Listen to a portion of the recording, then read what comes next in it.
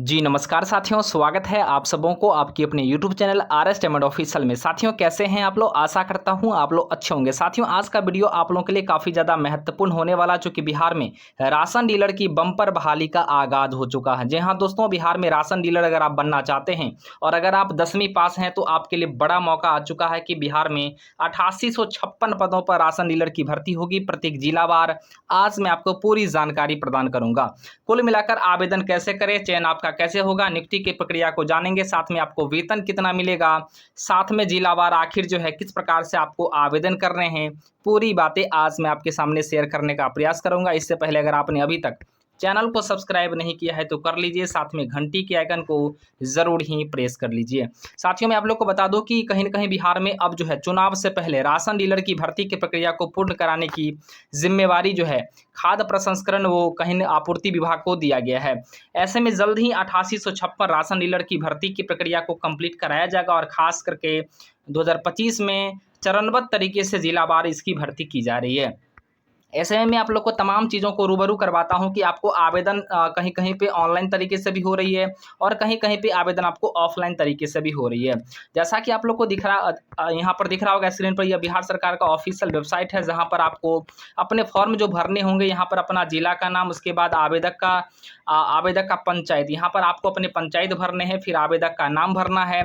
उसके बाद यहाँ पर आवेदक जो अगर आप महिला हैं तो महिला भरेंगे, पुरुष हैं तो पुरुष भरेंगे। इस तरीके से आप फॉर्म भरते हुए अंतिम रूप से फॉर्म को आपको सबमिट करना होगा। यहाँ पर सारी चीज़ों को बिल्कुल यहाँ पर जो है फाइनल आपको सबमिट कर देना होगा। इस तरीके से फॉर्म आप ऑनलाइन भी भर सकते हैं और आपको ऑफलाइन तरीके से भी फॉर्म भरने की पूरी जानकारी मैं आपको प्रदान करूँगा। इससे पहले दोस्तों मैं आप लोग को बता दूँ आखिर इसमें क्या कुछ बड़ी जानकारी है जो आप लोग को बिल्कुल समझना चाहिए। खबर ऐसा है कि आवेदक आवेदन पत्र में अपना रंगीन पासपोर्ट, अगर आप ऑफलाइन अगर फॉर्म भरते हैं तो रंगीन पासपोर्ट साइज फ़ोटो आपको खींचा हुआ अपलोड करना है ऑनलाइन वगैरह में भी। साथ में आपको ध्यान देना है कि मोबाइल संख्या आवेदन पत्र में अंकित करना होगा। आवेदक को आवेदन पत्र में पंचायत एवं आरक्षण श्रेणी को अंकित करना होगा। आप किस पंचायत से आते हैं वह भी आपको भरना है, साथ में आप किस कैटेगरी से आते हैं वह भी आपको फिल करना है ताकि उसका लाभ आपको मिल सके जिस पंचायत एवं आरक्षण श्रेणी के लिए आवेदन कर रहे हैं। शैक्षणिक योग्यता से संबंधित सभी प्रमाण पत्र स्व अभिप्रमाणित स्पष्ट छाया प्रति आवेदन के साथ अपलोड करना है। मतलब आपको जो अपने डॉक्यूमेंट अपलोड करना है वह बिल्कुल आपको यानी स्व अभिप्रमाणित होनी चाहिए, यानी आपको सब पे आपका वहाँ पर जो है सिग्नेचर होनी चाहिए।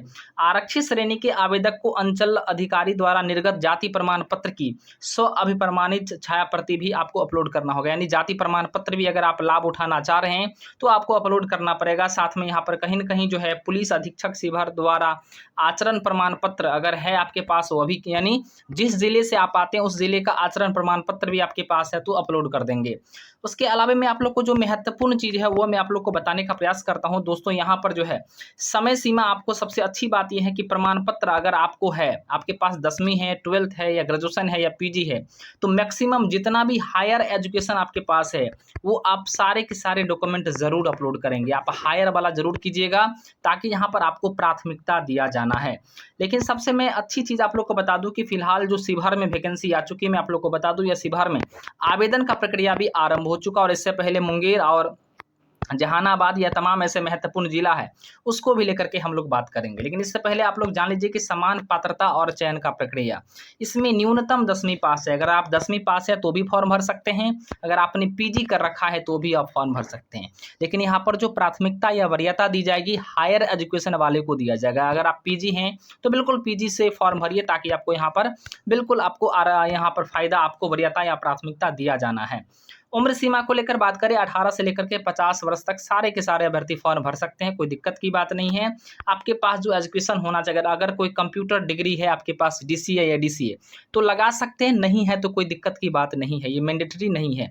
अगर आप किसी स्वयं सहायता समूह से अगर जुड़े हुए हैं तो बिल्कुल उसकी जिक्र करना है और उससे आपको लाभ मिलेगा, आपको प्राथमिकता दिया जाएगा। अगर आप किसी महिला समिति से जुड़े हुए हैं तो भी आपको उसका जिक्र करना है, आपको वहाँ पर फायदा दिया जाएगा।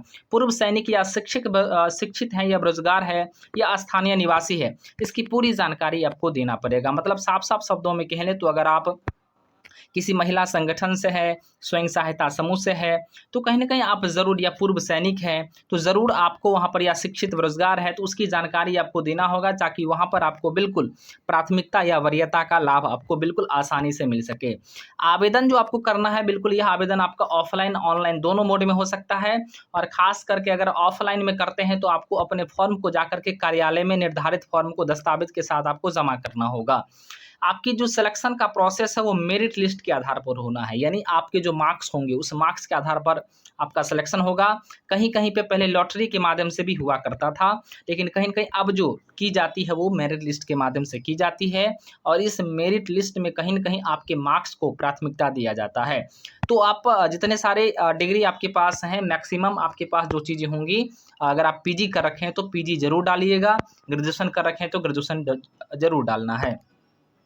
अब मैं आपको बता दूँ कि आपको आवेदन कैसे करने हैं। तो आवेदन कैसे करने हैं, आपको अपने ज़िले की आधिकारिक वेबसाइट पर जाना है, और उस ज़िले के आधिकारिक वेबसाइट पर जाकर के आपको क्या करना है, अनुमंडल या कार्यालय की नोटिस बोर्ड को नियमित देखना है। यानी नोटिस बोर्ड पर जाकर के आपको क्लिक करना है, उसके बाद आपको भर्ती का ऑप्शन दिखेगा, वहाँ जाकर के बिल्कुल आप अप्लाई कर सकते हैं।